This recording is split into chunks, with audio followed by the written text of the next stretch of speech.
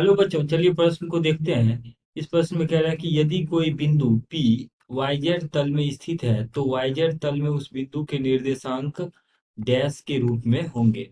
तो इस प्रश्न के लिए हमारे पास जो मुख्य अवधारणा है, दिए गए प्रश्न के लिए मुख्य अवधारणा जो है वो ये है कि अगर हमारे पास कोई बिंदु P है जो YZ तल में स्थित है, तो YZ तल में YZ तल में किसी बिंदु का YZ तल में किसी बिंदु का x निर्देशांक x YZ तल में किसी बिंदु का x निर्देशांक x निर्देशांक YZ तल में किसी बिंदु का x निर्देशांक 0 या 0 होता है। ये हमारे पास मुख्य अवधारणा है। अब देखिए, इसको समझते हैं हम।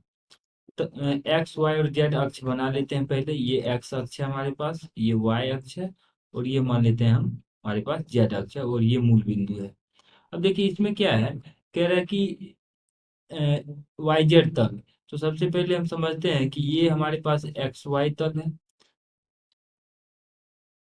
यहाँ पर हमारे पास एक्स वाई तल है, और ये वाई जेड तल है, और इस तल को हम नाम दे देते हैं, ये जेड एक्स तल है।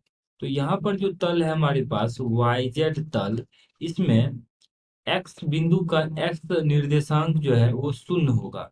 तो इस बिंदु इस तल में अगर कोई बिंदु P है तो उस P बिंदु का जो निर्देशांक होगा 0 या 0, Y, Z के रूप का होगा, जहाँ पर YZ कोई भी संख्या हो सकता है, और X निर्देशांक तो 0 ही है। तो यहाँ पर जो खाली स्थान है इसमें भराएगा 0, Y, Z।